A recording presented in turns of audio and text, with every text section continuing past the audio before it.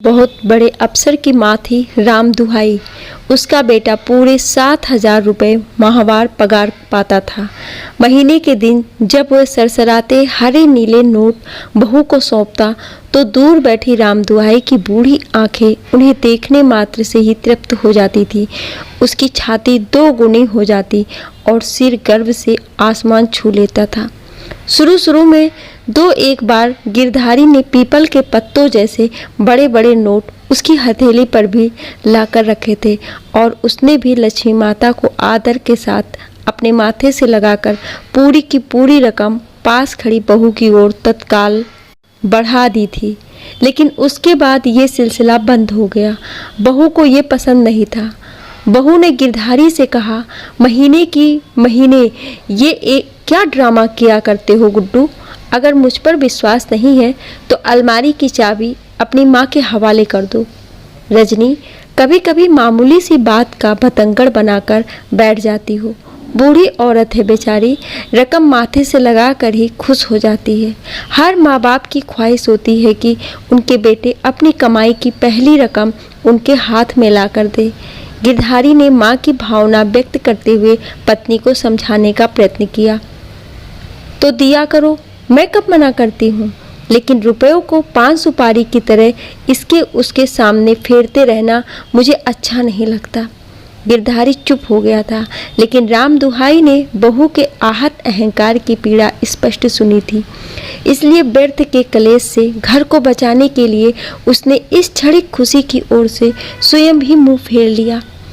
कई महीनों बाद आज शायद माँ के दूध ने फिर जोर मारा था। ये संयोग मात्र था कि गिरधारी पगार लेकर आया था और बहू घर पर ना थी। मार्त भक्त बेटा 10-10 के नोटों की 5 सील बंद नई गड्डियाँ माँ की झोली में डाल आशीर्वाद की आशा में उनके पास बैठ गया था। ऐन वक्त पर बहू आ गई और माँ ने अपनी चोरी पकड़े जाने या बेटे को चोरी सिखाने के अपराध बोध से गर्दन झुकाए पूरी रकम झोली पसार कर बहू की ओर बढ़ा दी। बहू ने एहसान सा जताते हुए रुपए लेकर अलमारी में पटके और उसे खुला ही छोड़कर रसोई में चली गई। रात भर का माहौल भारी भारी और खिंचा हुआ सा रहा। सुबह होते ही घर में हंगामा हो गया। गिरधारी कहे कि पूरी 5,000 है, मगर बहू एक ही बात पर अड़ी हुई थी कि 100 कम 5,000 है। रजनी, रुपए कैसे कम हो सकते हैं? मैं पूरे 5,000 संभाल कर लाया था, गिरधारी ने जोर देकर कहा। तुमने देखा नहीं, कल रात को मैं नोट खा रही थी तो सोई थी। अपनी माँ से क्यों नहीं पूछते? बहू ने काट खाने के अंदाज में उत्तर दिया। रजनी, तुम भी कमाल करती हो। माँ बेचारी रुपए लेकर कहाँ जाएगी? और फिर आश्चर्य की बात तो ये है कि बैंक की सील बंद नई गड्डी में से रुपए गायब कैसे हो सकते हैं? करने वाले कमाल ही करते हैं गुड्डू। हम तुम जैसे भोले इंसान तो सिर्फ आश्चर्य ही कर सकते हैं, बहू ने शब्दों को गोल गोल लपेटते हुए कहा। गिरधारी तो आंखें नीची कर अपने दफ्तर चला गया, लेकिन माँ दिन भर मन ही मन रोती रही। खुद से आंख मिलाने में भी उसे शर्म आ रही थी। दोपहर में बहू ने खाने की थाली उसकी चारपाई पर लाकर रख दी तो बात बढ़ जाने के भय से उसे मजबूरन थाली में रखी 2 रोटी खानी पड़ी, वरना इस घर का अब तक पानी तक पीने की इच्छा नहीं थी उसकी। इतना बड़ा कलंक! जिस बेटे को जवान करने में विधवा माँ ने अपनी जवानी होम कर दी, जिस बेटे की परवरिश के लिए उसने किसी के घर में धोना माजना किया तो किसी के घर में झाड़ू पोछा, और आज वही बड़ा अफसर बना बेटा अपनी माँ के माथे पर लगाए चोरी के झूठे इल्जाम को चुपचाप निगले गया। धिक्कार है! राम दुहाई की आत्मा चीख उठी। 3 दिन बीत गए थे। माँ को चुप चुप देखकर गिरधारी परेशान था। उसकी इच्छा होती थी कि माँ को समझाए, मगर किस बात के लिए? सच्चाई तो वो खुद भी जानता था, इसलिए माँ से कुछ भी कहने का उसका साहस ही नहीं होता था। एक आध बार उसने रात को दबी आवाज़ में रजनी से बात की, किंतु वो उसे कहाँ हाथ रखने देती। वो तुनक कर बोली, गुड्डू, तुम्हारी माँ मेरी माँ के समान है। मैं चाहती हूँ कि वो हंसी खुशी रहे, मगर हालात ही कुछ ऐसे हो गए हैं कि अब इनका यहाँ खुश रहना मुश्किल है। अगर कुछ दिनों के लिए तुम इन्हें अपने गांव छोड़ जाओ तो थोड़ा हवा पानी भी बदल जाएगा और ये बात भी आई गई हो जाएगी। किसके पास छोड़ दूं गांव में? कौन देखभाल करने वाला बैठा है वहाँ? मेरी परवरिश से बेचारी जिंदगी भर धूल फांकती रही और आज जब उसके अरमान से बैठकर खाने के दिन आए हैं तो तुम कहती हो कि उसे गांव में छोड़ाऊं? गिरधानी ने रूखे स्वर में कहा। गुड्डू, तुम इतने बड़े ऑफिसर हो, दिन में हजारों लोगों से मिलते हो और सैकड़ों का फैसला करते हो, लेकिन कैसे करते हो मुझे तो सोचकर ही आश्चर्य होता है। एक मामूली सी बात तो तुम समझ नहीं सकते। मैंने ये तो नहीं कहा कि अपनी माँ को गांव में परमानेंटली छोड़ाओ। महीने 2 महीने की बात है। अपने साथ की औरतों में रहेंगी तो मन की कड़वाहट दूर हो जाएगी। रजनी से समझाया। सप्ताह भर में ही सब तय हो गया। राम दुहाई तो इस बंधन से मुक्ति चाहती ही थी। उसके हाँ करने पर गिरधारी ने भी तैयारी कर ली। गांव में माँ बेटे का भरपूर स्वागत हुआ। वर्षों से बंद पड़े पुराने छप्पर की सफाई बुहारी की गई। अकेली बुढ़िया को एक चारपाई की जगह ही तो चाहिए थी, इसलिए आस पड़ोस की पोती नतिनों ने मिलकर गोबर मिट्टी से एक कमरे की लिपाई पुताई कर दी। सिल्वर के 2-4 पुराने बर्तन घर में थे ही। शेष कमी गिरधारी ने बाजार से चीनी मिट्टी और कांच के गिलास तस्तरियाँ लाकर पूरी कर दी। पिछले पांडे की रामबाई काकी ने उनके आने का समाचार सुना तो लोटा भर चाय और खाली गिलास लेकर आ पहुंची। गिरधारी और उसकी माँ पहले ही लोगों से घिरे बैठे थे। क्यों रे गिरधारी, आज गांव की राह कैसे भूल गया? रामबाई काकी ने चाय का गिलास पकड़ाते हुए पूछा। ऐसी भी क्या बात है काकी, अपने गांव घर का रिश्ता कभी किसी से छूटता है? आज काकी की याद आई तो मिलने चले आए। गिरधारी ने शब्द जाल में आत्मीयता दर्शाई। हमारी देवरानी को भी साथ क्यों ना लेते आए देवर जी? हम भी देख लेते एक नज़र। सुना है बहुत खूबसूरत है। ढलती उम्र की एक महिला ने कहा। अब तुम किसी से गलत थोड़ी ही सुनोगी भाभी। वो खूबसूरत है, इसीलिए देखने वाले उसे खूबसूरत ही बताएंगे, गिरधारी ने उत्तर दिया। इसीलिए उसे साथ लेकर नहीं आए हैं कि गांव में कहीं धूल मिट्टी से मैली ना हो जाए, भाभी ने व्यंग किया। तुम तो खुद समझदार हो भाभी, ऐसी खूबसूरत घरवाली रोज रोज तो मिलती नहीं। ऐसी अनमोल चीज़ तो संभाल कर ही रखी जाएगी या नहीं? तब वो गांव में क्यों आने लगी? उसे तो देवर जी शीश महल में रखी हो, 7 पर्दों में। भाभी, तुम्हारी राय तो बिल्कुल खरी है। बड़े बाप की बेटी और बड़े अफसर की घरवाली को तो शीश महल में ही रखा जाना चाहिए। अगर राजमहल के अगल बगल में तुम थोड़ी सी जमीन ले दो तो शीश महल मैं बनवा दूंगा। बेटा गिरधारी, सुना है तू बड़ा अफसर हो गया है, कितनी पगार मिलती होगी तुझे? रामबाई काकी को जैसे असली बात याद आई। तुम्हारे आशीर्वाद से दाल रोटी लायक मिल ही जाती है काकी। वो गंभीर हो गया था। तो भी बेटा 500, 700, 1000, वो बड़े अफसर का वजन तोलने लगी। कटा कटा कर बस यही कोई 3-4 हजार। काफ़ी कंजूसी करके बताया उसने। 3-4 हजार? देवरानी की खूबसूरती से जली भुनी भाभी ने आश्चर्य से कहा। ये कोई ज़्यादा है भाभी, शहरों के खर्च तुम जानती नहीं। इतने में तो 2 वक्त की दाल रोटी पूरी हो जाए तो भगवान का शुक्र है। गिरधारी ने व्यवस्था दर्शाई। देवर जी, तो इसीलिए बुढ़िया माँ को गांव में छोड़ने आए हो? भाभी ने व्यंग किया। भाभी, 2 घर होने से तो खर्च दोगुना हो जाएगा, मगर कई दिनों से माँ कुछ उदास सी है, इसीलिए मैंने सोचा कि तुम सबके साथ इनका जी भी बहल जाएगा और कुछ दिन हवा पानी भी बदल जाएगा।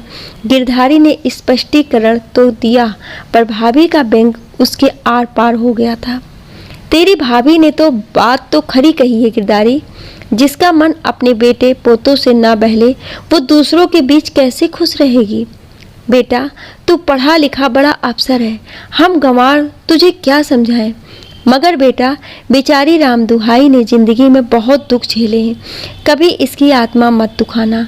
रामबाई काकी ने भरे गले से कहा। माँ के अलावा दुनिया में मेरा और कौन है काकी? मैं जानता हूँ मेरे लिए माँ ने कितने कष्ट उठाए हैं। मैं भी माँ की सेवा मैं कोई कमी नहीं छोड़ूंगा, गिरधारी ने उत्तर दिया और प्रसंग बदलकर खेती बाड़ी की बातें करने लगा। फिर इधर उधर की बातें हुई और धीरे धीरे सब चले गए। गिरधारी भी जाने को तैयार हुआ। उसने माँ को आते जाते रहने का आश्वासन दिया और अपनी सेहत का ध्यान रखने के लिए 100 का नोट थमाकर विदा ली। माँ ने भी बेटे को हिदायत दी कि वो उसकी नादान बहू और मासूम पोती का ध्यान रखे। बहू से कहे कि छोटे बच्चे के लिए माँ के दूध के साथ मथा हुआ केला और दाल चावल का उबला हुआ पानी गुणकारी होता है। संतरे से बच्चे का रंग निखर जाता है। गिनती के पूरे 100 रुपए देकर गया था गिरधारी और माँ को 100 रुपए में पूरी गृहस्थी जमानी थी। लेकिन खूब खींचतान करके भी वो दूध के लिए केवल 10 रुपए ही बचा पाई थी। अभी रोज की दाल भाजी बाकी थी, लेकिन दाल सब्जी की रोज कहाँ जरूरत है। वो सोचने लगी, सुबह चाय तो वो बनाएगी ही, उसी के साथ 2 रोटी भी खा लेगी। कभी हुआ तो पाव आधा पाव सब्जी खरीद कर बना ली, नहीं तो नमक मिर्च के साथ ही काम चला लिया। अगले महीने की 10 तारीख को डाकिया मनी ऑर्डर लेकर आया और उसका अंगूठा लगवाकर 100 रुपये दे गया। सुबह के वक्त 1 पाव दूध लेने में ही 45 रुपये की उधार चढ़ गई थी। दाल सब्जी की कौन चलाए, यहाँ तो सूखे आटे के लाले पड़े थे। दूध वाला रोज पूछ लेता था, दादी मनी ऑर्डर आया कि नहीं? आज कल में आ जाएगा बेटा, और नहीं भी आया तो क्या, अपनी दादी को ही तो दूध पिलाया है तूने। वह अस्पष्ट सा उत्तर देकर उसे टालती। मनी ऑर्डर आते ही उसने सबसे पहले दूध वाले का ही हिसाब चुकता किया। 40 दिन के 60 रुपये को हो गए थे। आगे के लिए उसने दूध लेना बंद कर दिया। बाकी बचे 20 रुपये में उसने 2 किलो आटा और थोड़ा थोड़ा नमक मिर्च लिया। डिबरी में 1 रुपये का तेल डलवाया और अपने घर आ गई। वो संध्या समय एक बार दीपक जलाती और दूसरे ही क्षण उसे बुझाकर अंधेरे में बैठी भगवान के भजन करती रहती। शुरू में कुछ बूढ़ी बडेरी औरतें और नातिन पोतियाँ उसके पास आकर बैठ जाती थीं, किंतु धीरे धीरे बड़े अफसर की माँ की भोली मुस्कान के पीछे छिपी वास्तविकता स्पष्ट होने लगी थी। मगर राम दुहाई ने अपने चेहरे पर कभी सिकन नहीं आने दी। अंधेरे का हिस्सा बनी वो अपने छप्पर में बैठी चिंता में डूबी थी। माई भूखे लाचार को 1 रोटी दे दे, भगवान तेरे बेटे की उम्र लंबी करे, उसे बड़ा अफसर बनाए। राम दुहाई जैसे गहरे कुएं से उभरी। इस मोल बेटे की लंबी उम्र और तरक्की बहुत सस्ती थी। उसने कपड़े में लपेट कर रखी 1 रोटी का आधा टुकड़ा मांगने वाले को दे दिया। वह रोटी देकर लौटी तो उसके घर का पहरेदार झबरू कुत्ता उसके सामने आकर बैठ गया। राम दुहाई ने आधी में से आधी रोटी झबरू के सामने डाल दी और स्वयं 1/4 टुकड़ा छाछ के साथ खाकर उठ गई। 2 दिन से राम दुहाई के घर में चूल्हा नहीं जला था। खाली पेट चारपाई पर लेटी वो बड़े अफसर की माँ होने की यातना से जूझ रही थी। कितनी ही बार उसने मजदूरी पर जाने का भी विचार किया, लेकिन बड़े अफसर की माँ होने की मर्यादा उसके पैरों में आ लिपटती और वो पानी पीकर चुप बैठ जाती। 2 दिन से खाली पेट राम दुहाई डाकिये के इंतजार में अपने छप्पर और गली के चक्कर लगा रही थी। चिलचिलाती धूप में गली दूर तक सुनसान पड़ी थी। एकाएक आंगन में एक तरफ बैठे झबरू पर उसकी नजर पड़ी। कुत्ता ना जाने कहां से 1 रोटी उठा लाया था और सूने आंगन में बैठा आराम से रोटी खा रहा था। राम दुहाई दबे पांव चूल्हे के पास आई और लकड़ी उठाकर कुत्ते पर झपटी। अचानक हुए हमले से घबराकर कुत्ता रोटी छोड़कर भागा, मगर लाख कोशिश के बावजूद भी वो रोटी उठाने का साहस ना कर सकी। उसके बड़े अफसर बेटे की इज्जत रोटी पर मोटी परत बनकर छा गई थी। उसके मुंह से हिचकी और आंखों से आंसू फूट पड़े। वो निढाल सी अपनी चारपाई पर बैठ गई। उसकी एक नज़र सामने पड़ी रोटी पर और दूसरी डाकिये के इंतजार में दरवाजे पर लगी थी। राम दुहाई अपने छप्पर में आकर बैठ गई। उसकी आंखों में गंगा यमुना समाई हुई थी, किंतु दूर खड़े झबरू की आंखें चूल्हे के पास आंगन में पड़ी रोटी पर जमी थी। राम दुहाई चारपाई पर निराश हताश सी बैठी, कभी झबरू को और कभी दूर पड़ी रोटी को देख रही थी। उसकी इच्छा हो रही थी कि वो गले में फंदा डालकर छप्पर में ऊपर लगी बल्ली से झूल जाए, किंतु बड़े अफसर बेटे की मर्यादा उसे ना मरने दे रही थी और ना ही जीने। वो सिर्फ चुपचाप बैठी रहने पर विवश हो गई थी। उसने रोटी की ओर से ध्यान हटाकर घड़े से एक गिलास पानी भरकर पीना चाहा, किंतु 2 दिनों से खाली पेट में पानी नीचे उतरने की बजाय गले में ही अटक गया और उसका दम घुटने लगा। बहुत देर तक हाथ पैर छटपटाने और सीने को सहलाने के बाद उसे सांस आया तो वह निढाल होकर चारपाई पर पड़ गई। थोड़ी देर में ही उसकी अतड़ियाँ फिर कुलबुलाने लगी तो उसने उठकर आटे की हंडिया उठाकर देखी। कुछ आटा हंडिया में इधर उधर चिपका हुआ था। उसने हंडिया सिल्वर की थाली में झाड़ने का विचार किया, किंतु उसके हाथ जहाँ के तहाँ रुक गए और उसने झटपट गिलास का सारा पानी हंडिया में पलटकर उसे जोर जोर से हिलाया। पानी का रंग हल्का सफ़ेद मटमैला सा हो गया। उसने कपकपाते हाथों से हंडिया उठाई और थरथराते होठों से लगाकर पल भर में ही सारा पानी अपने पेट में उड़ेल लिया। काफ़ी देर वह वैसी ही बैठी रही। कुछ देर बाद उसकी सांस से सांस जुड़ी तो उसने उठकर बाहर झांका। झबरू रोटी उठाकर जा चुका था। उसने राहत की सांस ली और विचारों में डूब गई। वो सोचने लगी, उसने तो कभी किसी का बुरा भी नहीं किया है, फिर भगवान उसे ऐसी सजा क्यों दे रहा है कि वो कुत्ते के मुंह से रोटी छीनकर खाने पर विवश हो गई। हे भगवान, अभी आगे कैसे दिन दिखाने वाला है। 2 महीने से मनी ऑर्डर नहीं आया और उधार में भी कुछ मिलना बंद हो गया था।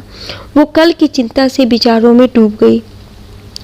बाहर से आवाज आई, दादी, ओ बूढ़ी अम्मा, बाहर आओ, तुम्हारा मनी ऑर्डर है। राम दुहाई उठकर बाहर आई और सामने खड़े डाकिये को देखकर बोली, भैया, इस बार तो बहुत दिनों बाद मनी ऑर्डर लेकर आए हैं। मैं तो दाने दाने को मोहताज हो गई। अम्मा, मैं क्या अपने घर से मनी ऑर्डर लेकर आता? कोई उधर से भेजेगा तभी ना मैं ला सकता हूँ। हाँ भैया, बात तो तुम्हारी सच है। तुम अपने घर से थोड़ी ही कुछ लेकर जाओगे, ये तो भेजने वालों की नियत पर ही है। दादी, पहले 5 रुपए दो, तभी मनी ऑर्डर मिल पाएगा। इस बार बैरंग मनी ऑर्डर आया है। बैरंग मतलब? बैरंग मतलब मनी ऑर्डर भेजने वाले ने वहाँ सरकार की फीस जमा नहीं की। जैसे कुछ लोग कोई भी कागज पर खत पाने वाले का नाम पता लिखकर डाक में डाल देते हैं, तो खत पाने वाले को उसका सरकारी खर्च चुकाना पड़ता है। इसी तरह बैरंग मनी ऑर्डर का खर्चा भी पाने वाले को भरना पड़ता है। लेकिन भैया, पहले तो ऐसा कभी नहीं हुआ, इसीलिए तो मनी ऑर्डर इतने दिनों बाद पहुंचा है। अब जल्दी से 5 रुपए दो और मनी ऑर्डर लेकर खुश हो जाओ। भैया, मेरे पास 5 रुपए कहाँ, यहाँ तो फूटी कौड़ी भी नहीं है। तो दादी, बिना सरकारी फीस जमा किए मैं भी मनी ऑर्डर कैसे दे सकता हूँ? तुम किसी से लेकर दे दो। मैं किससे मांगने जाऊँ बेटा, यहाँ रुपए देने वाला कौन है? तुम ही 5 रुपए काट कर बाकी मुझे दे दो। मैं सरकारी आदमी हूँ, मेरे पास पैसे कहाँ से आए अम्मा? महीने में पगार मिलती है तो 4 पैसे हाथ में आते हैं। कितने दिनों से बच्चे नमक के साथ रोटी खाकर दिन निकाल रहे हैं। अच्छा, उसने निराश स्वर में कहा और लंबी सांस छोड़ते हुए फिर बोली, तुम यहाँ बैठो, पानी पियो, मैं लाला की दुकान से खुले लेकर आती हूँ। लाओ, 100 का नोट मुझे दे दो। पहले तुम 5 रुपए लेकर आओ, तभी मैं मनी ऑर्डर के पैसे दे सकूँगा। ऐसे कौन देगा बेटा, यहाँ किसी को किसी पर भरोसा कहाँ है। अच्छा, तो ये होगा कि तुम मेरे साथ ही चलो और वहीं खुले लेकर बाकी मुझे दे देना। ये क्या बात हुई दादी, मुझे और भी बहुत से काम है। सरकार ने मनी ऑर्डर पहुँचाने का काम मुझे सौंपा है। ये तो नहीं कहा है कि मैं साथ साथ भी घूमता फिरूं। तो बेटा, तुम ही कोई रास्ता बताओ। लाला भी मुझे पैसे क्यों देगा? वो तो बिना पैसे लिए एक मुट्ठी नमक तक नहीं देता, 5 रुपए कैसे देगा? ठीक है, चलो, इतना टाइम तो नहीं है, मगर तुम्हारे लिए बेगार भी करूँगा, उसने एहसास जताते हुए दुखी स्वर में कहा और उसके साथ चलने को तैयार हो गया। राम दुहाई ने छप्पर का दरवाज़ा बंद किया और उसके साथ लाला की दुकान की ओर चली। वो भी अपनी साइकिल घसीटते हुए उसके साथ चला।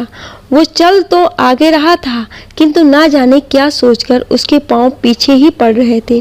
दोपहरी में लाला दीवार के सहारे कोहनी लगाकर अलसाया सा बैठा ऊँघ रहा था।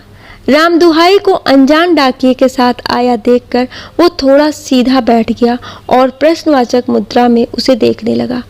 लाला जी, 100 रुपए के खुल्ले दे दो। हाँ हाँ, 100 क्या, 1000 का खुल्ला ले लो। कहाँ है 100 का नोट? ये लो। साथ खड़े व्यक्ति ने जेब से 100 का नोट निकालकर लाला को दिया और दूसरे ही क्षण बोला, मैं थोड़ा जल्दी में हूँ, पहले मुझे 5 रुपए दे दो, बाकी इसे बाद में देते रहना। ऐसी भी क्या जल्दी है भाई, मुझे नोट तो देखने दो, लाला ने संदेह व्यक्त करते हुए कहा और नोट को ऊपर नीचे बहुत ही ध्यान से देखने लगा। खूब आश्वस्त होने के पश्चात उसने व्यक्ति तथा राम दुहाई दोनों को बारी बारी से देखा और लकड़ी के गल्ले में से 5 का नोट निकालकर उसे दे दिया। व्यक्ति ने 5 का नोट जेब में डालकर अपने थैले में से मनी ऑर्डर फॉर्म तथा इंक पैड निकालकर राम दुहाई का अंगूठा लगवाया और लाला के सामने गवाही के लिए फॉर्म आगे बढ़ा दिया। लाला ने मनी ऑर्डर की रकम देखकर फॉर्म पर गवाही के अपने दस्तखत कर दिए। व्यक्ति सचमुच ही बहुत जल्दी में था। उसने झटपट मनी ऑर्डर फॉर्म और इंक पैड लेकर अपने थैले में डाला और तुरंत साइकिल पर सवार होकर वहां से चला गया। उसके जाने के बाद लाला ने धूप में गुमसुम खड़ी राम दुहाई को एक बार फिर ऊपर से नीचे तक देखकर पूछा, राम दुहाई, तुम्हें भी कुछ लेना है? हाँ लाला जी, थोड़ा आटा दाल मिल जाता तो। हाँ हाँ, क्यों नहीं, आटा दाल ही क्यों, मिर्च मसाला और घी चीनी सब लेकर जाओ। बेटे ने मनी ऑर्डर भेजा है, हलवा पूरी बनाओ। कहाँ का हलवा पूरी लाला जी, दाल रोटी ही मिल जाए तो भगवान का शुक्र है। आप सेर भर आटा दे दो, बड़ी मेहरबानी होगी। जैसी तुम्हारी मर्जी, उसने कहा और पास रखी बोरी में से आटा निकालकर तौला और कागज की थैली में डालकर अपने पास रख लिया। फिर टीन के डिब्बे में से दाल निकाली और एक पुड़िया बनाकर आटे के पास रख ली। वो घी तेल के लिए उसकी ओर देखने लगा, मगर उसे खाली हाथ देखकर पूछा, घी के लिए बर्तन नहीं लाई? घी की दरकार नहीं लाला जी, आटा दाल ही बहुत है। तुम्हारी मर्जी। 5 रुपए का आटा और दाल के 2 रुपए, 7 और पिछले 22 रुपए, ये हो गए 27 और 5 रुपए खुले लिए कुल मिलाकर हो गए 32 रुपए। पहले तो सेर भर ही आटा लिया था लाला जी, उसके 22 रुपए। लेने वाले को याद रहे ना रहे, लेकिन देने वाले को सब याद रहता है। तुम 2 बार आटा लेकर गई थी, दाल और मिर्च मसाला अलग। दूसरी बार दिया कहाँ था लाला जी? मैं तेल डलवाने के लिए ढिबरी लेकर आई थी, तुमने तेल के लिए भी मना कर दिया था। उस दिन से आज तक मैं अंधेरे में ही बैठी हूँ। अच्छा किया तुमने याद दिलवा दिया, मैं तो एक बोतल घासलेट के पैसे भूल ही गया था। 32 और 5 35 और मेरे बेटे दुली चंद ने दूध के 17.5 रुपए भी दुकान के खाते में लिखवा रखे हैं। तुमने अभी तक दूध के पैसे भी कहाँ दिए? कुल मिलाकर 55 रुपए हो गए हैं। और हाँ, उसकी टाल से पिछले महीने 5 रुपए की लकड़ियाँ भी लेकर आई थी। 60 रुपए की उधार लेकर तुम तो आराम से बैठ गई, लेकिन यहाँ 2-2 रुपयों के हिसाब के लिए घर में कलेश हो रहा है। इसीलिए दुखी होकर हमने उधार खाता ही बंद कर दिया। कोई क्या क्या याद रखे, देने वाले तो सामान लेकर भूल जाते हैं। लाला जी, गांव में लकड़ी मोल लाने की ज़रूरत किसे है? मैं कभी किसी के खेत में जाती हूँ तो चूल्हा जलाने के लिए लकड़ी बीन लेती हूँ। वैसे मेरे घर में आग जलती ही कितनी है। देखो राम दुहाई, हम कोई बड़े व्यापारी नहीं हैं। अपना पेट तन काट कर और बाजार में पहले रोकड़ा देकर सामान लाते हैं। 2 पैसे के लोभ में दिन रात भागे फिरते हैं और लोगों को घर बैठे उनकी ज़रूरत का सामान लाकर देते हैं। घर में दूध दही सब है, लेकिन हम अपने बच्चों को ना देकर लोगों की ज़रूरत पूरी करते हैं। हमने तुम्हारी उम्र देखकर तुम्हें सामान उधार दे दिया तो कौन सा जुर्म कर दिया? तुमने एक गाड़ी नरमे की सूखी सट्टियाँ घर में नहीं डलवाई थी। खा जाओ बेटे की कसम। और दुकान से सामान लेकर नहीं खाया, वह सब भूल गई? मैं कुछ नहीं भूली लाला जी, मुझे सब याद है, लेकिन जितना आप बता रहे हैं मैंने उतना सामान ही नहीं लिया। आप बहुत ज़्यादा बता रहे हैं, लेकिन 5 रुपए के लिए बेटे की कसम खाऊं? ये नहीं होगा। मनी ऑर्डर लाने वाले को तुमने खुशी खुशी 5 रुपए इनाम दे दिया। हमारा आटा, तेल, लकड़ी और 2 महीने का इंतजार सब भूल गई। मैं किसी को क्या इनाम दूंगी? वो तो मनी ऑर्डर की फीस के पैसे थे जो गिरधारी ने वहाँ जमा नहीं किए थे। इस बार उसने बैरंग मनी ऑर्डर भेजा था। राम दुहाई ने स्पष्टीकरण दिया। क्या? बैरंग मनी ऑर्डर? हाँ लाला जी, उसने बताया कि गिरधारी ने वहाँ फीस जमा नहीं करवाई थी, इसलिए सरकारी फीस मुझसे वसूल की गई है। आपने भी तो मनी ऑर्डर देखा था और उसे 5 रुपए भी दिए थे। मनी ऑर्डर भी बैरंग होता है? ये तो पहली बार सुना है। ये रोज का डाकिया तो नहीं था? हाँ था, तो कोई दूसरा ही, मगर मनी ऑर्डर देकर गया है, इसीलिए था तो डाकिया ही। हाँ था तो डाकिया ही, मगर लगता है वो तुम्हें बावला बना गया। राम दुहाई, बैरंग चिट्ठी तो सुनी थी, मगर बैरंग मनी ऑर्डर मैंने तो आज तक नहीं सुना है। भूखा आदमी तो बावला ही होता है, उसे भले बुरे का ध्यान कहाँ रहता है। वो तो जानवर के जैसा ही होता है। उसकी आंखों के सामने वह दृश्य उभर आया था जब रोटी के लिए वो लकड़ी के लेकर झबरू पर झपटी थी, लेकिन उसे ये भी समझ आ रहा था कि अब लाला उसे बावला बनाने का प्रयास कर रहा है। उसने रूखे स्वर में कहा, भूखे आदमी को कोई भी बावला बना सकता है लाला जी। उसे तो जिधर भी इच्छा हो उधर ही हाँक दो, ऊंची आवाज में जोर से डांट दो, उसे थोड़ा सा हड़का दो, 2 डंडे मार दो, वो तो किधर भी मुड़ जाएगा। राम दुहाई, मैं तुम्हारा दर्द समझता हूँ, लेकिन जब औलाद ही नालायक निकल जाए तो किसी का क्या जोर। तेरा बेटा बड़ा अफसर है, लेकिन तुझे 2 वक्त की रोटी नहीं दे सकता। ऐसी नालायक औलाद का होना ना होना एक बराबर ही है। तू भी सब्र करने की। तेरा बेटा नहीं लाला जी, मेरा बेटा नालायक नहीं है, वो तो लाखों में एक है। जरूर उसकी कुछ मजबूरी रही होगी, वरना वो तो मेरे बिना एक पल नहीं रह सकता। उसकी शुष्क आंखों में आंसू उमड़ आए थे। मैंने उसे जिन दुखों से पाला है वो कभी नहीं भूल सकता, राम दुहाई ने कहा। तभी तो 2 महीने तक मनी ऑर्डर नहीं भेजा, और आज भेजा तो वो भी बैरंग। ऐसा ही लायक होता तो अपने पास न रखता। तेरी 2 वक्त की रोटी और 2 जोड़ी कपड़े उसे इतने भारी पड़ रहे कि वो तुझे इस वक्त बुढ़ापे में बेसहारा अकेली छोड़कर चला गया। गांव के लड़के चाहे अनपढ़ हैं, मेहनत मजदूरी करते हैं, लेकिन अपने बूढ़े माँ बाप के पास तो हैं। बड़े अफसर होने से तो ये अनपढ़ गंवार ही भले हैं जो दुख सुख में सब साथ हैं। क्या कहूँ लाला जी, मेरी किस्मत ही खोटी है, वरना मेरा गिरधारी तो ऐसा नहीं है। शायद मुझ में ही कोई कमी होगी। जब से ब्याह कर आई हूँ ऐसी ही जिंदगी बिताई है, खुद मेहनत मजदूरी करके अपना पेट पाला, और आज भी मैं अपने लायक तो कमा ही सकती हूँ। आटा दे दो तो मैं जाऊँ। तेरी मर्जी, बाकी पैसे जमा कर लूँ। तुम कहाँ संभालती फिरोगी? उसने आटा दाल पकड़ाते हुए कहा। नहीं लाला जी, पैसे मुझे ही दे ही दो। ऐसी कौन सी बड़ी रकम है जो मैं संभाल नहीं पाऊंगी। जैसी तुम्हारी मर्जी। मैंने तो इस विचार से कहा था कि जब तुम्हें सब सामान यहाँ से ही लेना है तो मैं तुम्हारे खाते में लिख कर रखता, और जब तुम्हें ज़रूरत होती तो सामान ले जाती। बात तो आपकी सही है, सामान तो मैं आपसे ही लेकर जाती हूँ, लेकिन फिर भी हाथ में पैसे हो तो ज़रूरत के हिसाब से सामान लिया जा सकता है। और रात बिरात हारी बीमारी में पैसे की ज़रूरत पड़ जाए तो हाथ में पैसे होने से किसी को तकलीफ़ नहीं देनी पड़ेगी।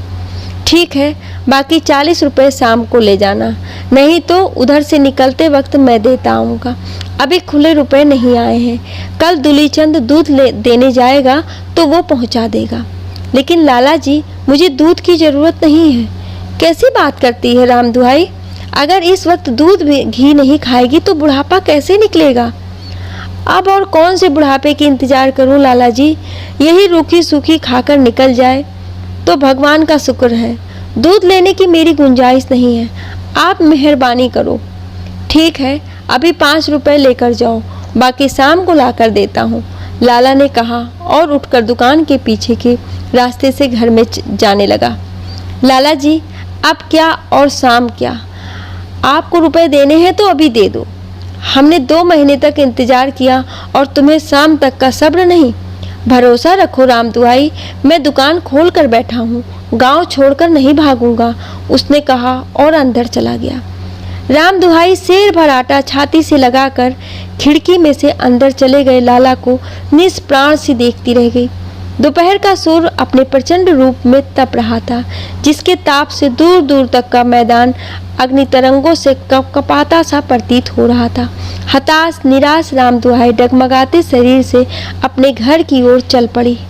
लाला भोलू चंद ने राम दुहाई के नाम आय बैरंग मनी ऑर्डर के 95 रुपए के हिसाब को 1.5 महीने तक खींचकर ऐसा समेटा कि बूढ़ी राम दुहाई एक दिन भी पूरी रोटी न खा सकी। झबरू का हिस्सा भी सिमटकर चौथाई रोटी तक ही रह गया था, लेकिन वो मोहल्ले भर में भटकने के बाद आखिर राम दुहाई दादी के आंगन में ही आकर बैठता और डाकिये के इंतजार में गली के आखिरी छोर तक देखता रहता, लेकिन डाकिया न आना था और न वो आया। आज 1.5 महीने बाद राम दुहाई एक बार फिर लाला की दुकान पर पहुंची। लाला ने बिना काम की व्यस्तता दिखाते हुए और मिर्च की खाली बोरी झाड़ने के बाद उसे उपेक्षा पूर्वक देखा। कुछ देर बाद उसने पूछा, क्या हुआ राम दुहाई, तेरी तबीयत तो ठीक है? हाँ लाला जी, लेकिन तबीयत की क्या कहूँ, ये बैरी शरीर पीछा ही नहीं छोड़ता। कितना ही जतन कर लूं, प्राण निकलने का नाम ही नहीं लेते। आटा खत्म हो जाता है, लेकिन ये दुश्मन फिर भूख भूख चिल्लाने लगता है। एक सेर आटा दे दो तो मेहरबानी होगी। लेकिन तुम अभी तो आटा दाल लेकर गई थी, क्या सारा खत्म हो गया? अभी कब लाला जी, 1.5 महीने पहले सेर भर आटा लिया था, उससे पहले भी 1 सेर ही तो आटा दिया था आपने, राम दुहाई ने याद दिलवाया। मतलब कि तुम 1.5 महीने में 2 सेर आटा खा गई। इस उम्र में तुम्हें अपना थोड़ा ध्यान रखना चाहिए राम दुहाई, लाला ने आश्चर्य व्यक्त करते हुए उसे नसीहत दी। क्या करूं लाला जी, छटांग भर आटे से दिन निकालने पर भी आटा खत्म हो जाता है, उसमें चौथाई टुकड़ा बेचारा झबरू भी खा लेता है। खुद के पेट का कुछ ठिकाना नहीं, लेकिन तू दान पुण्य दया धर्म का पल्ला नहीं छोड़ेगी। अब कौन से परलोक की पाल बांध रही है राम दुहाई, तेरा लोक प्रलोक तेरे सामने आ तो गया है। तेरे बेटे गिरधारी ने मनी ऑर्डर भेजा कि नहीं? नहीं, अब तक तो नहीं भेजा, शायद आज कल में आ जाए। आप बाकी बचे हिसाब में सेर भर आटा दे दो, आपकी मेहरबानी होगी, तब तक मैं काम चला लूंगी। हिसाब में अब क्या बचा है राम दुहाई, 40 रुपए में से तुम 25 रुपए का सामान ले चुकी हो। तेरी वजह से मेरा 3 सेर दूध खराब हो गया। दुलीचंद तेरे लिए पाव दूध रोज लेकर जाता था। राम कसम लाला जी, उसके बाद मैंने कभी दूध लिया ही नहीं। मैंने कब कहा कि तूने दूध लिया, लेकिन तेरे कारण मेरा तो पाव भर दूध का हर्जाना हुआ ना। पाव आधा पाव दूध तो गाय पोसाते वक्त बछड़ा भी पी जाते हैं लाला जी। बछिया ऐसे कैसे दूध पी जाएगी? मैं उसके मुंह पर मोहरी लगाकर रखता हूँ, और गाय के सेर 1.25 सेर दूध में बरकत भी कहाँ होती है। ना बच्चों के मुंह में पड़े और ना रोज के बंधी वालों को दूध पहुँचे। मैंने 1500 खर्च करके भैंस खरीदी, तभी किसी के घर में दूध पहुँचा पाया हूँ। लेकिन लाला जी, मैंने छटाक भर भी दूध लिया हो तो मुझे भगवान की कसम। हाँ, वही तो बता रहा हूँ, तूने तो दूध नहीं लिया, लेकिन तेरे लिए 1 पाव दूध रोज मेरे घर से तो निकलता था। लड़का उसे लिए फिरता, और जब वह सबका दूध पहुंचाकर फारिग होता तब तक दोपहर हो जाती। 3 महीने से कितनी गर्मी पड़ रही है, तू खुद बता, गर्मी से दूध खराब होगा कि नहीं? मेरा 3 सेर दूध बर्बाद हो गया, लेकिन तेरी हालत देखकर मैंने फिर भी अपने मन को समझाया और भगवान की इच्छा मानकर अपना नुकसान भूल गया। तेरा हिसाब बराबर हुआ, लेकिन तू फिर तकाजा करने आ गई। लाला जी, मैं तो 1.5 महीने में सिर्फ 2 बार ही आटा लेकर गई थी, उसके 25 रुपए कैसे हो गए? राम दुहाई ने दुखी स्वर में कहा। एक बार मनी ऑर्डर के पैसे लेने आई, तब फिर दोबारा आटा दाल लेकर गई। 5 रुपए का आटा और 2 रुपए की दाल, 7 7 14 और साथ 21 रुपए। एक बार तू मटर और दूसरी बार गोभी ले गई थी। 2 और 2 4, 21 25 हुए कि नहीं? लाला जी, आप खुद 2 वक्त के आटा दाल का हिसाब बता रहे हैं, फिर तीसरी बार कैसे जुड़ गया? और दाल तो आपने पहली बार ही दी थी, तीसरी बार तो मैं अब आई हूँ। वही तो तीसरी बार के हिसाब में जोड़ा है। राम दुहाई, मैं गांव में दुकान खोल कर बैठा हूँ, ऐसे बेईमानी करने लगा तो कौन मेरी दुकान पर आएगा? लेकिन लाला जी, गोभी मटर आलू प्याज टमाटर तो मैंने साल भर से कभी सपने में भी नहीं देखे। खाने की तो बात ही दूर है। आप कहीं चूक कर रहे हैं, मैं तो बिना नमक की रोटी खाकर दिन काट रही हूँ। उसने दर्द भरे स्वर में कहा। अरे राम, राम दुहाई है राम जी। उसने कानों को हाथ लगाया और क्षण भर बाद फिर बोला, चलो तेरी बात मान लूं कि मैं झूठ बोल रहा हूँ, लेकिन वही खाता तो झूठ नहीं बोल रहा है। तू खुद देख ले, इसमें गोभी और मटर लिखा है कि नहीं? मुझ पर यकीन नहीं तो किसी पढ़े लिखे से पढ़वा कर देख ले। मैं भी बाल बच्चेदार आदमी हूँ, आस औलाद मेरे भी है। मैं 2-4 पैसे के लिए अपना ईमान क्यों बिगाड़ूंगा? आखिर मुझे भी भगवान को जान देनी है। तू बता, तुझे क्या चाहिए? अब मुझे कुछ नहीं चाहिए लाला जी, आपके हिसाब में बाकी बचे मेरे 15 रुपए मुझे दे दो। आपकी बड़ी मेहरबानी होगी। क्यों, कहीं किसी की दूसरी दुकान से सौदा लेने का इरादा है? नहीं लाला जी, मुझे अब किसी से कुछ नहीं लेना है। सोचती हूँ आटे से तो पेट नहीं भरता, अब रुपए खाकर ही पेट भर कर देखती हूँ, शायद उसके बाद फिर कभी भूख लगे ही नहीं। राम दुहाई, लगता है तू पैसे के लोभ में पकड़ा गई है। कभी किसी को रुपए खाते भी देखा है? खाने के काम तो अनाज ही आता है। बड़े बड़े लखपति करोड़पति भी अनाज ही खाते हैं। रुपया पैसा धन दौलत हीरे जवाहरात तो सिर्फ ऊपरी चमक दमक है। धन दौलत तो मरते वक्त किसी के साथ भी नहीं जाती, सब कुछ यहीं पड़ा रह जाता है। सच कहते हो लाला जी, आपने बहुत ही गहरी बात कही है, लेकिन मैं रुपए खाकर ही मरना चाहती हूँ। आप मेरा हिसाब कर दो। ठीक है राम दुहाई, अगर तेरी यही इच्छा है तो ये ले 5 रुपए, बाकी 10 रुपए खुले आने पर मैं तेरे घर पहुंचा दूंगा, नहीं तो शाम तक दुलीचंद के हाथ भिजवा दूंगा। लाला ने 5 का नोट देते हुए कहा। आपकी बड़ी मेहरबानी लाला जी, भगवान आपके परिवार को हंसता खेलता और सुखी रखे। उसने आंसू छुपाते हुए कहा और 5 रुपए का नोट लेकर अपने घर आ गई। आस पड़ोस और मोहल्ले में राम दुहाई के दर्जनों देवर जेठ भतीजे भतीजियां और नाती पोते थे, लेकिन किसी ने आकर नहीं पूछा कि वो कैसी है, उसे किसी चीज की जरूरत है क्या। केवल आंगन में बैठा झबरू उसकी छटपटाहट और बेबसी देखकर रोता रहा। जब राम दुहाई को ही एक समय की सूखी रोटी मैसर नहीं थी तो उसे कहां से कुछ खाने को मिल पाता। राम दुहाई को वो दिन याद आ गए जब 5 साल की उम्र में गिरधारी का पिता उसे अनाथ बेसहारा छोड़कर भगवान को प्यारा हो गया था। राम दुहाई की भी उम्र उस समय 30 से ऊपर न थी, लेकिन बेटे गिरधारी का मुंह देखकर भगवान के सहारे कमर कस ली उसने, और जहाँ कहीं भी उसे झाड़ू पोछे बर्तन भांडी का काम मिला उसने बिना शर्म झिझक और मेहनत से किया। अपना पेट पालने के साथ साथ उसने गिरधारी को पढ़ा लिखा कर उसके पैरों पर खड़ा होने लायक भी बनाया। वो पढ़ लिख कर अच्छी नौकरी पा गया और सुंदर सुशील लड़की से शादी करके शहर में आ गया। कुछ दिन बाद वो माँ को भी अपने पास ले आया। 2 साल तक राम दुहाई ने बेटे बहू की लगन और अपनी पूरी सामर्थ्य से खूब सेवा की। बहू की खूब लाड़ चाव करके अपनी जिंदगी का सपना पूरा किया। 2 साल बाद लड़की होने पर राम दुहाई ने बहू के जापे में माँ जैसा प्यार दिया। बच्ची और बहू के स्वास्थ्य के लिए उसने दिन रात एक कर दिया। उसने 3 महीने तक बहू को पलंग से नीचे पैर नहीं रखने दिया। उसका शौच पाखाना तक बिस्तर पर समेटा। वह बहू के लिए पंजीरी हलवा बनाकर बहुत खुशी होती थी। बच्चे की मालिश करना नहलाना में उसे तृप्ति होती और बेटे को मनपसंद खाना खिलाकर अपार आत्मसंतुष्टि मिलती थी। वो दिन रात उनकी सेवा में लगी रहती थी। घर की साफ सफाई बर्तन मांजने कपड़े धोने में उसे पल भर का भी आराम नहीं मिल पाता था। लेकिन अपने परिवार को फलता फूलता और खुश देखकर वह सब कुछ भूल जाती थी। उसे खुशी थी कि ईश्वर ने उसकी मेहनत का उसे भरपूर फल दिया था।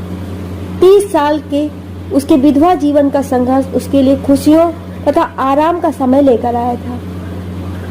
गिरधारी और बहू उसे माँ कहकर कोई काम बताते तो वो झूम उठती और आधी रात को उठकर भी उनके लिए चाय कॉफी बनाकर देती। उसे गर्व होता कि उसके बेटा बहू ने उसे कितने प्यार और अपनत्व से बुलाया है। वो पोती के रोने पर उठकर दौड़ आती और उसे अपने बाहों में झुलाकर नींद थकावट सब भूल जाती। उसके हृदय में ममत्व तथा वात्सल का ज्वार आ जाता। बच्ची को अपनी छाती से लगाकर उसे संसार भर का सुख तथा ऐश्वर्य मिल जाता। इससे अधिक की उसने ईश्वर से कभी कामना भी न की थी। लेकिन संसार में ऐसा कब हुआ कि हर किसी को प्यार के बदले प्यार ही मिला हो, नफरत नहीं। कम से कम उसके देखने में तो ऐसा नहीं हुआ। उसने सुना था कि रानी कैकेयी के अपने बेटे भरत को राजगद्दी दिलवाने के लिए राजा दशरथ से जरूर छल किया और राम को वनवास दिलवाया था। लेकिन उसने भी अपने बेटे से प्यार के वशीभूत किसी के बहकावे में आकर कपट किया था। लेकिन मेरी बहू को कौन से बेटे को राजगद्दी दिलवानी थी? मैंने तो गिरधारी को शादी होते ही उसके हवाले कर दिया था। अगर मेरे बेटे ने पगार लाकर मेरे हाथ में रख दी तो मैंने उसमें क्या खा लिया? उसी समय तो सारी रकम झोली पसार कर बहू के सुपुर्द कर दी थी। क्या माँ बाप का इतना भी हक नहीं कि बेटे की शादी के बाद उसकी कमाई को अपने माथे से लगाकर भगवान को उसकी कृपा के लिए धन्यवाद दे सके? लेकिन छिनाल ने ऐसा प्रपंच रचाया कि अगर कैकेयी भी देखती तो गस खा जाती। बैंक की सील बंद गड्डी में से 100 रुपए गायब हो जाना किसी जादू से कम ना था। लेकिन गिरधारी की अकल पर कैसे पत्थर पड़ गए वो तो सब जानता समझता था कि सील बंद गड्डी में से सिर्फ 100 रुपए कैसे गायब हो सकते हैं। उसने भी आंखें नीची करके बहू की बात को सच मान लिया और चुपचाप अपने दफ्तर चला गया। ऐसे सपूत से क्या उम्मीद करूं कि वो मुझे प्यार और श्रद्धा से अपने साथ लेकर आया होगा। जितने दिन मैं नौकरी की तरह उनकी सेवा करती रही उसने अपने साथ रखा और जब उसका काम निकल गया तो मुझे बहाने से गांव में छोड़ गया। धिक्कार है ऐसी जोरों के गुलाम पर, थू तेरी अफसरी पर नालायक कपूत। लेकिन बेटा ये दिन तेरी जिंदगी में भी जल्दी ही आने वाले हैं। जा, भगवान तेरा भला करे। तू दूधो नहाओ और पूतो पले। तेरे घर में भी तेरे जैसा ही श्रवण कुमार पैदा हो और तुझे पलकों की छांव में रखे। मैं अब तेरे पास नहीं आऊंगी और न यहाँ किसी के सामने हाथ फैलाऊंगी। मरते मर जाऊंगी लेकिन हार नहीं मानूंगी। मैं तो तेरी इज्जत आबरू के लिए यहाँ पड़ी थी, लेकिन आज भी मुझ में इतनी हिम्मत और हौसला है कि मैं पूरे परिवार का पेट पाल सकती हूँ। जा बेटा, मैंने तुझे मार्ग ऋण से मुक्त किया। अब मैं अपने ढंग से और सिर्फ अपने लिए जीऊंगी। क्या करूंगी, कहाँ जाऊंगी? गिरधारी तो आखिर तक माँ का सूरत ना देख पाएगा। उसकी आंखों से आंसू और गले से हिचकी निकल पड़ी। तो अपनी घरवाली के कहे में चलना और उसे खुश रखना। माँ का क्या है? माँ तो जन्म देने और अपना दूध पिलाकर पालने पोसने तक ही काम आती है। घरवाली का तो जन्म जन्म का नाता और आखिरी सांस तक का साथ होता है। तू अपना गृहस्थ धर्म निभाना और फेरों के समय दिए वचनों का तन मन से पालन करना। आज के बाद इस अभागी माँ को कभी याद भी मत करना। भूल जाना कि माँ ने किन किन हालातों में तुझे पाल पोसकर साहब बनने लायक बनाया था। तू खूब तरक्की करके सबसे बड़ा अफसर बनना और अपने बीवी बच्चों को खूब खुश रखना। भगवान तुझे और तेरे परिवार को सुखी और सलामत रखे। सोचते सोचते उसकी आंखों से बहते आंसुओं ने सिसकियों का रूप ले लिया था। आज मिले 5 के नोट को उसने अपनी धोती के पल्लू में मजबूती से बांधा और एक झटके से उठकर कोने में रखे लकड़ी के बड़े संदूक के पास आ गई। लाला से पहली बार मिला 5 का नोट। उसने एक छोटे से लाल कपड़े में बांधकर इस संदूक में पति के और खुद के कुछ नए पुराने कपड़ों के बीच छुपाकर रख दिया था। आंसू भरी आंखों तथा नाक से बहते स्राव को पोंछकर वह कपड़ों के बीच रखे नोट को ढूंढने लगी, लेकिन कपड़े का छोटा सा लाल टुकड़ा उसे संदूक में नहीं मिला। 3-4 बार कपड़े उलट पुलट कर करने के बाद वो निराश सी सिर पकड़कर बैठ गई। कुछ देर सोचने के बाद वो एक बार फिर आंखें पोंछकर उठी और एक एक कपड़ा निकालकर झड़काने लगी। छोटा सा लाल कपड़ा कुर्ते की जेब में घुस गया था। उसने धड़कते दिल से कपड़ा निकालकर देखा तो उसमें नोट बंधा होने का आभास पाकर वो आश्वस्त हुई और कपड़ा खोलकर नोट निकाल लिया। उसने पल्लू में बंधा नोट और लाल कपड़ा खोलकर निकाला। नोट एक साथ सावधानी से पल्लू में बांध लिए। संदूक में सबसे नीचे उसे गोटे से चमकता लाल जोड़ा लहंगा चुनरी नजर आया, जो उसकी शादी के समय माँ ने उसे दिया था। उसके मुंह से एक कराह निकली। उसने डबडबाई आंखों और कपकपाते हाथों से शादी का जोड़ा उठाया और अपने माथे से लगाकर बिलखने लगी। आंगन में बैठा झबरू और वीरान पड़े चूल्हे पर दीवार के सहारे झुका नीम का पेड़ भी सिसक उठे। जिस दिन से राम दुहाई माँ का घर छोड़कर पति के पीछे पीछे इस घर में आई थी, उसी दिन से केवल दुख और तकलीफ के अलावा उसके हिस्से में कुछ नहीं आया था। पति के साथ वो लोगों के खेतों में मजदूरी करती और उसके मरने के बाद लोगों के घरों में झाड़ू पोछा और बताए सभी काम। 14 साल की उम्र में भी उसे आराम नहीं था और आज 60 साल की उम्र में भी वो उतनी ही विवश और लाचार थी। कुछ संयत होने के बाद उसने संदूक में झांका तो कोने में उसे एक और लाल कपड़ा नजर आया। पति को अर्थी पर उतारने से पहले उसके जेठ ने पति के कानों में पहनी मुड़कियां और गले में पहना हनुमान जी का छाप दिखाता ताबीज निकाल कर दिया था। सुहाग के निशाने के रूप में माँ द्वारा दिया राम दुहाई के नाक का कोका और कानों की छोटी छोटी बालियों का जोड़ा भी साथ था, जो उसने लाल कपड़े में बांधकर संदूक में रख दिया था। लेकिन खेतों में काम करते करते वो कब टूट गई पता ही नहीं चला। पति की कभी इतनी हैसियत नहीं हुई कि उन्हें जुड़वा देता। माँ बाप ने ये 4 चीजें देकर उस समय शायद 100-125 रुपए कर्ज लिया हो, किंतु गांव में खूब वाहवाही लूटी थी। किंतु पति की मौत के बाद शादी की 4 निशानी उसे निकाल कर रख दी थी। उसने कपड़े के थैले में शादी का जोड़ा और पति का कुर्ता धोती तय करके रखा और आंसू भरी आंखों से झोपड़ी के दरवाजे में ताला लगाकर आंगन में आ गई। झबरू उसके पैरों में लौटने लगा। शायद वो उसके आखिरी फैसले को जान गया था। राम दुहाई ने क्षण भर बड़े प्यार से उसे सहलाया और अपनी विवशता पर निश्वास छोड़कर गली में आ गई। अड़ोस पड़ोस के परिचित घरों को उपेक्षा से देखती हुई वो बस स्टैंड की ओर चल पड़ी। दोपहर ढलने लगी, लेकिन हवा अभी भी बहुत गर्म थी। दूर दूर तक सन्नाटा पसरा था। जानवर पेड़ों के नीचे बैठे हाँफ रहे थे। कुछ शरारती बच्चे शहतूत और बेरी के पेड़ों पर पत्थर मारकर कच्चे पक्के फल तोड़ने का प्रयास कर रहे थे। उबलती लू गर्मी से बचने के लिए घरों में दुबके अपने अभिभावकों की मजबूरी का लाभ उठाकर वे चोरी छिपे यहाँ पेड़ों के साथ मारामारी कर रहे थे। राम दुहाई का संतप्त हृदय बाहर बहती लू की परवाह किए बिना यहाँ से भाग जाने का उद्यत हो रहा था, पर वो तेज तेज कदमों से बस स्टैंड की ओर बढ़ा जा रही थी।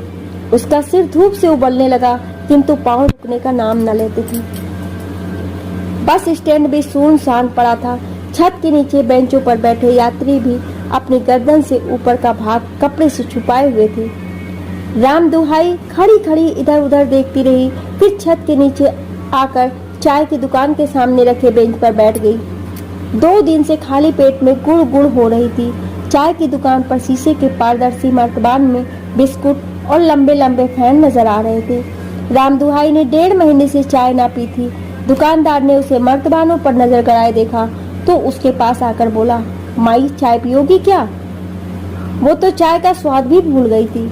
उसने सूखे गले से हाँ कहा और उसकी तरफ देखने लगी, लेकिन वो हाँ शब्द को उसके बिना आवाज निकले उच्चारण से ही समझ गया। उसने भट्टी के पास रखी सिल्वर की केतली में से मिट्टी के कुल्हड़ में चाय भरकर पकड़ाई और उसे चाय देकर बोला, माई बिस्कुट दूं या फैन? बिस्कुट कितने का है? उसने डरते डरते पूछा। 1 आने की चाय और 2 पैसे का बिस्कुट। कितने बिस्कुट दूं? फैन भी 2 पैसे का ही है, 2 बिस्कुट दे दो, उसने साहस भर कहा। राम दुहाई ने चाय के साथ 2 बिस्कुट खाए तो टिमटिमाते दीपक की बत्ती जैसे तेल नहीं प्राणों से आर्द्र हो गई थी। उसने साड़ी के पल्लू से खोलकर 2 में से 5 का एक नोट उसे दिया और शेष मिले 4 रुपए 14 आने 5 के नोट के साथ पल्लू में कसकर बांध लिए। तभी एक बस आकर वहां रुकी तो यात्रियों में कुछ हलचल हुई। बस से उतरी सवारियों को देखकर 1-2 रिक्शा वाले भी घंटी टनटनाते वहां आ पहुंचे। बस ड्राइवर बेंच पर बैठकर बीड़ी पीने लगा और कंडक्टर चिल्ला चिल्लाकर रूट के भिन्न भिन्न गांवों के नाम पुकारने लगा। राम दुहाई ने अपने गांव का नाम सुना तो वो भी आकर बस में बैठ गई। गिनती की ही सवारियां थी बस स्टैंड पर। धीरे धीरे सवारियां बस में बैठने लगी, लेकिन कंडक्टर उतनी सवारियों से संतुष्ट न था। वह जोर जोर से चिल्लाकर कह रहा था कि इसके बाद दूसरी बस नहीं है। अगर कोई मुसाफिर चूक गया तो उसे रात भर बस स्टैंड पर ही बैठना पड़ेगा।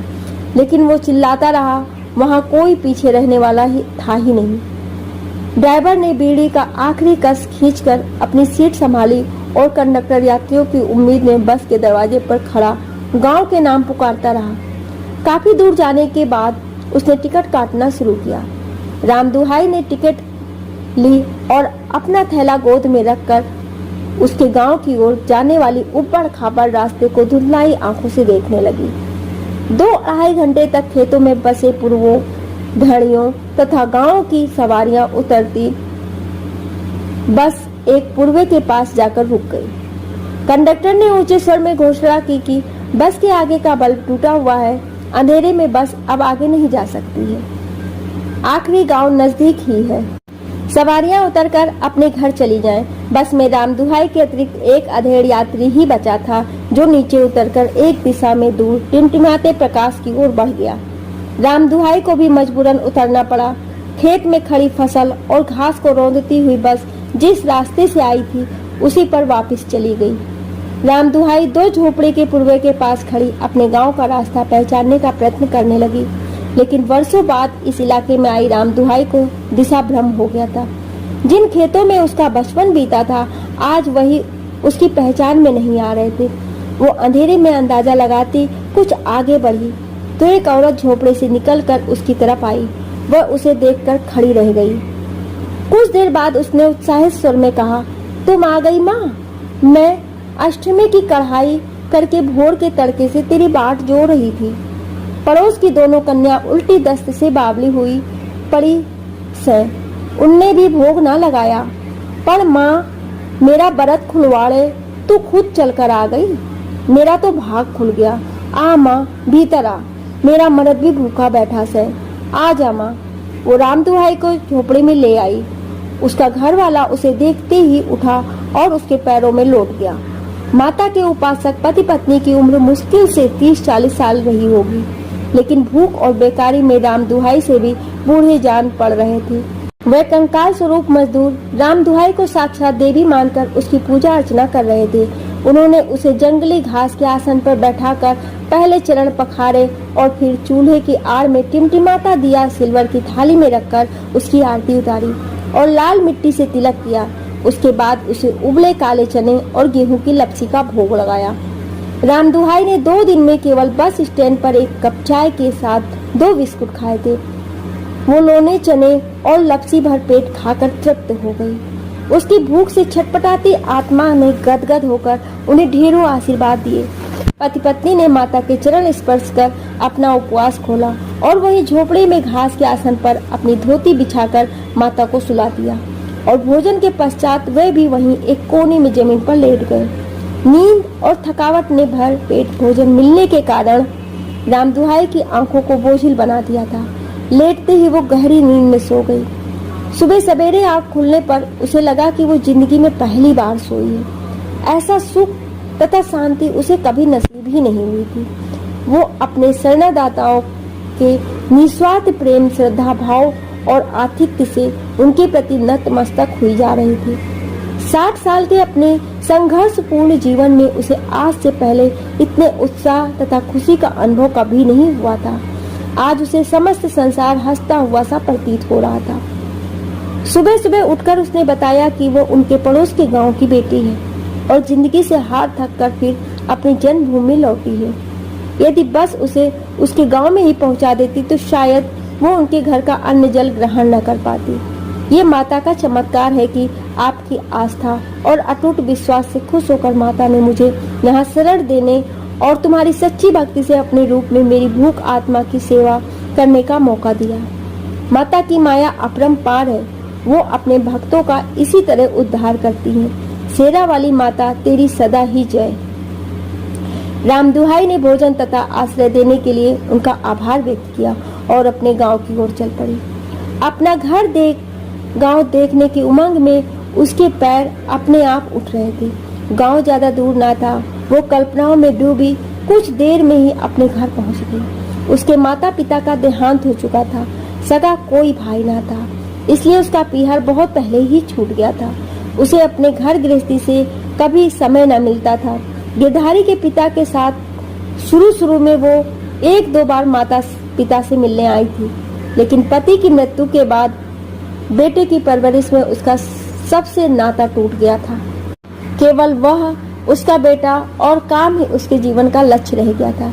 वर्षों पश्चात उसने अपने बचपन के घर आंगन को देखा तो उसकी आंखें भर आई। पल भर में ही उसने बचपन की यादें उसके सामने घूम गई। घर का फूस उड़ गया था और ओसारे को फटी पुरानी बोरियों की टाट डालकर पशु बांधने लायक बनाया हुआ था। एक तरफ मिट्टी की कच्ची दीवार तथा दूसरी ओर फूस की टाटी बंधी थी। अरे राम दुहाई जीजी, तू अचानक कहाँ से उतर आई? सामने के आंगन में बुहारी निकालती महिला ने चौंकते हुए लगभग चिल्लाकर कहा और बुहारी हाथ में पकड़े उसके पास आ गई। चांद बाई, कैसी है जीजी तू? राम दुहाई ने उसकी तरफ बढ़ते हुए पूछा। मैं तो जैसी हूँ तेरे सामने हूँ, लेकिन तू बिना चिट्ठी पत्री के अचानक किसके साथ आ गई?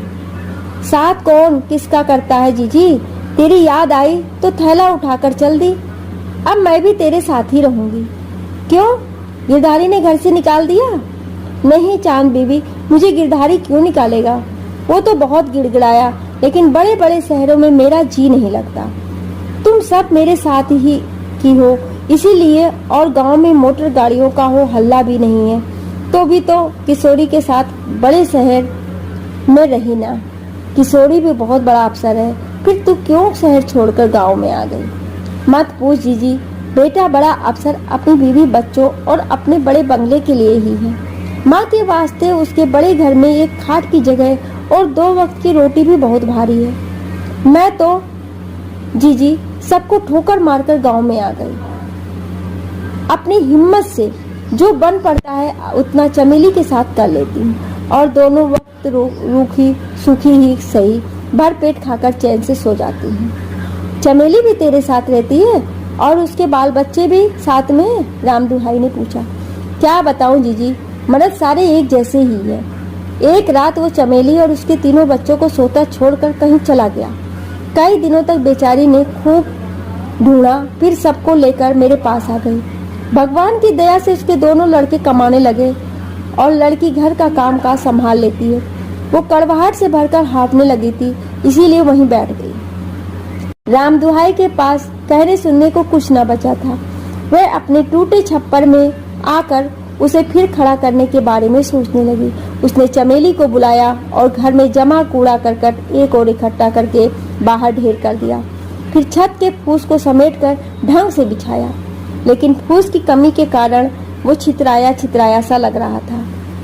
उसने लड़की से मदद से दरवाजे की उसको चूल पर खड़ा किया। साकल कहीं मिल नहीं रही थी। उसने दोनों पल्ले मिलाकर दरवाजा बंद किया और चांद बाई के पास आकर बैठ गई। उसने बातों बातों में ही सब जान लिया कि कहाँ क्या मिल सकता है।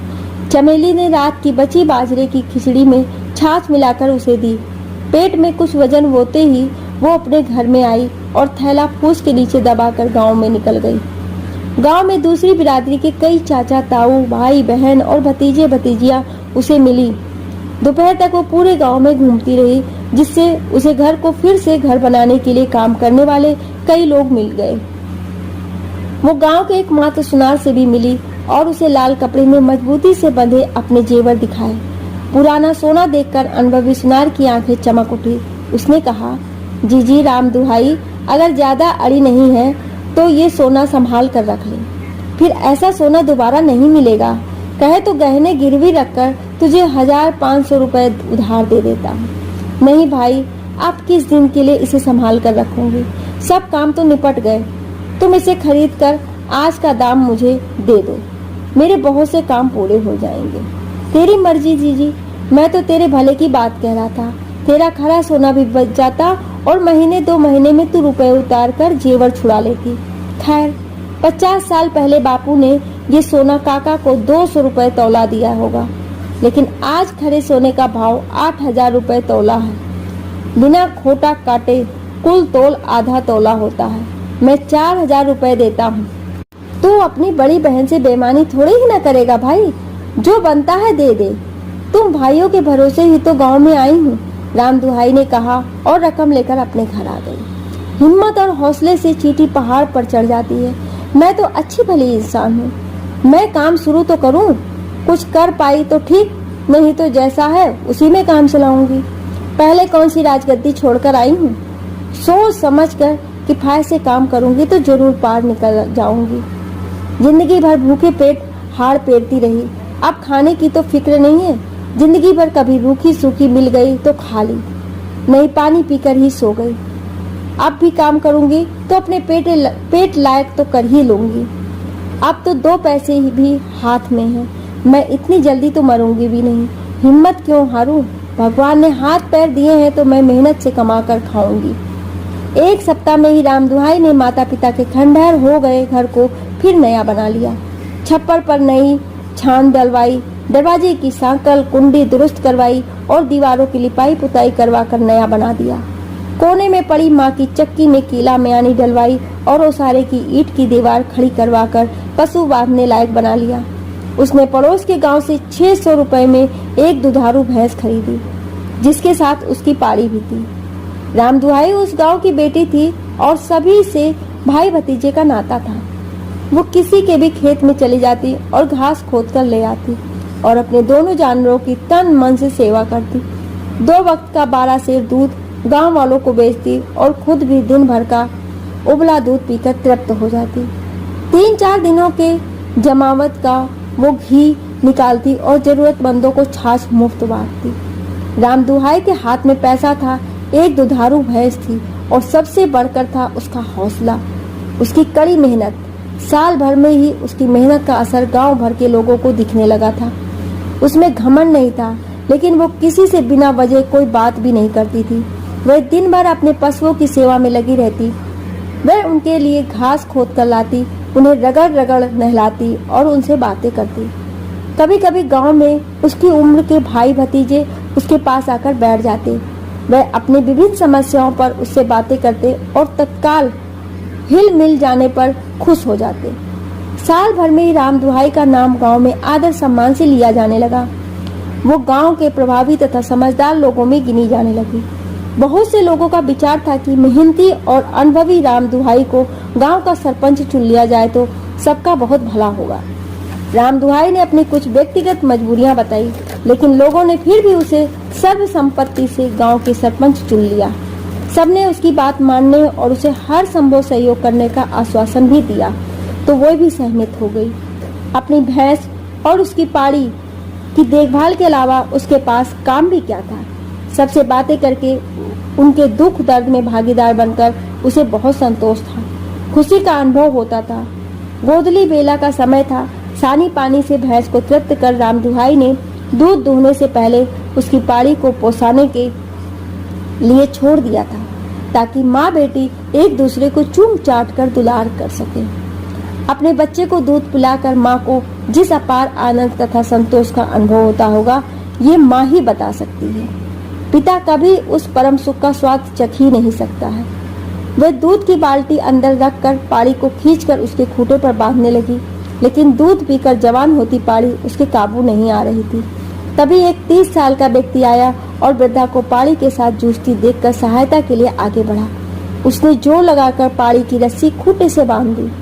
राम दुहाई ने हाँफते हुए उसे आशीर्वाद दिया और पास पड़ी चारपाई पर बैठकर व्यक्ति को पहचानने का प्रयास करने लगी। राम राम नानी, मैं तुम्हारे बचपन की सहेली इमरती का बेटा लालचंद। उसने झुककर उसके पांव छुए। भगवान तुझे लंबी उम्र दे बेटा। मैं तुझे पहचानी नहीं, उसने उसे देखते हुए कहा। तुम मुझे देखती कैसे? तुम्हारी शादी के 30 साल में पैदा हुआ था। मैंने तुम्हें आज की पहली बार देखा है। मामा गिरधारी जिस जीप में तुम्हें गांव छोड़ने गया था, वो ड्राइवर भी उसी दफ्तर में है जहां मैं हूँ। उसी ने बताया कि बड़े साहब गिरधारी की माँ मेरे गांव की है।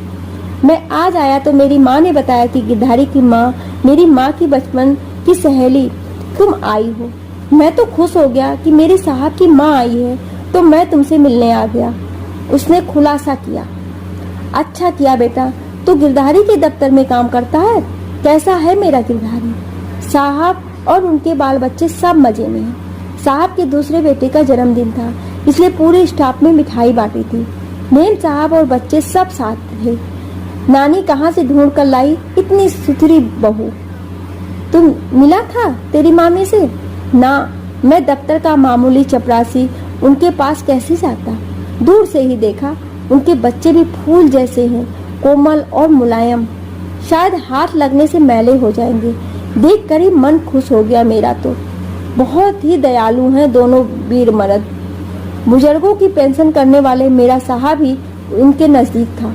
मेम साहब के कहने पर उनके माता पिता की मेरे साहब ने पेंशन चालू कर दी। सब तकदीर की बात है बेटा। मैं भी उसे देखकर बहुत खुश हुई थी। उसने ठंडी आ भरी। नानी, तू कहे तो मेरे अफसर से कहकर तेरी पेंशन भी चालू करवा दूं। सरकार बुजुर्गों को महीने के 100 रुपए देती है। इस महीने से मेरी माँ को भी पेंशन चालू करने का वादा किया है मेरे साहब ने।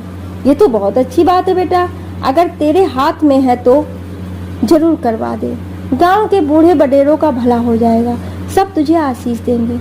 नानी, मेरे हाथ में तो कुछ नहीं है, करने वाले तो साहब ही हैं, लेकिन मैं उनसे कहूँगा तो जरूर मान जाएंगे और मुझे उम्मीद है वो मुझे निराश नहीं करेंगे। उनका तो काम ही है बुजुर्गों को पेंशन करना है।